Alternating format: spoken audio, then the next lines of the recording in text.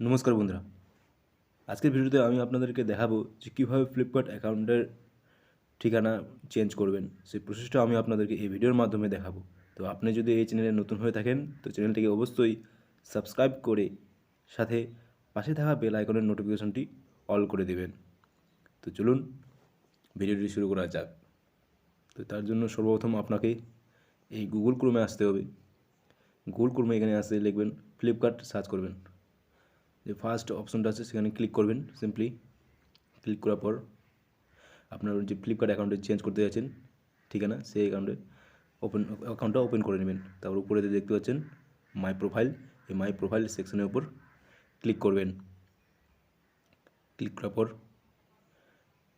একটু নিচের দিকে আসবেন। নিচের দিকে আসলে বাম সাইডে দেখতে পাবেন ম্যানেজ অ্যাড্রেস। এই ম্যানেজ অ্যাড্রেসের উপর সিম্পলি ট্যাপ করবেন।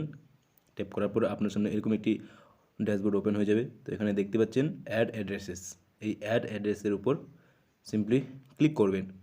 ক্লিক করার পর আপনার সামনে এরকম অপশন চলে আসবে। তো এখানে আপনার নাম, যে নামে আপনারা অর্ডারটি ডেলিভারি করতে চাইছেন সেই নাম লিখে দেবেন।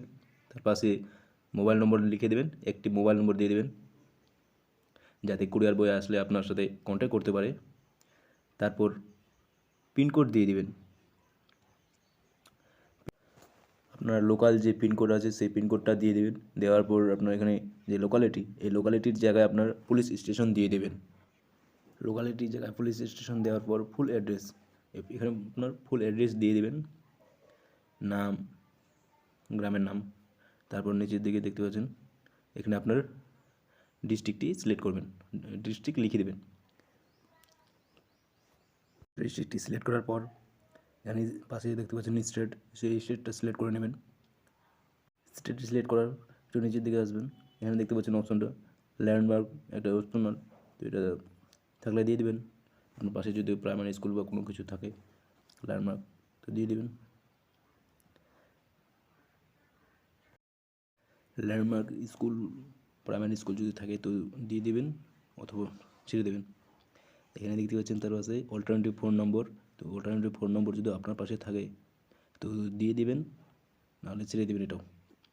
তার নিচে দেখতে পাচ্ছেন অ্যাড্রেস টাইপ, ডেলিভারি টাইপ। তো ডেলিভারি এখানে কোথায় করবেন, বাড়িতে করবেন নাকি আপনি যেই জায়গায় কাজ করেন সেখানে ডেলিভারি নিতে চান। যদি বাড়িতে নিতে চান তো হোম সিলেক্ট করবেন। তারপর নিচে যে সেভ বাটনে দেখতে পাচ্ছেন সেখানে সিম্পলি ক্লিক করবেন, আপনার অ্যাড্রেসটি সেভ হয়ে যাবে। তো ভিডিওটি দেখার জন্য অনেক অনেক ধন্যবাদ বন্ধুরা।